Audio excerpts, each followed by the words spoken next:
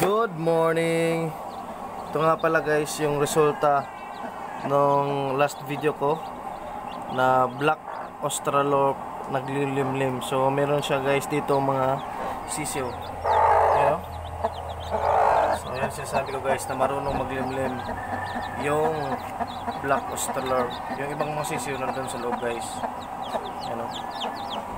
So shout out kay Boss Mike Dan. Ito na yung resulta. Boss Mike, may sisiw na.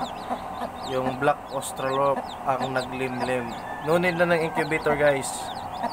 Yan o. Pero for maximum efficiency at saka hatchability, mas maximum production, mas maganda talaga ang i-incubator mo. Yan o. Yan, black australorp. Pisa niya yung mga itlog guys. Yung mga sisiw,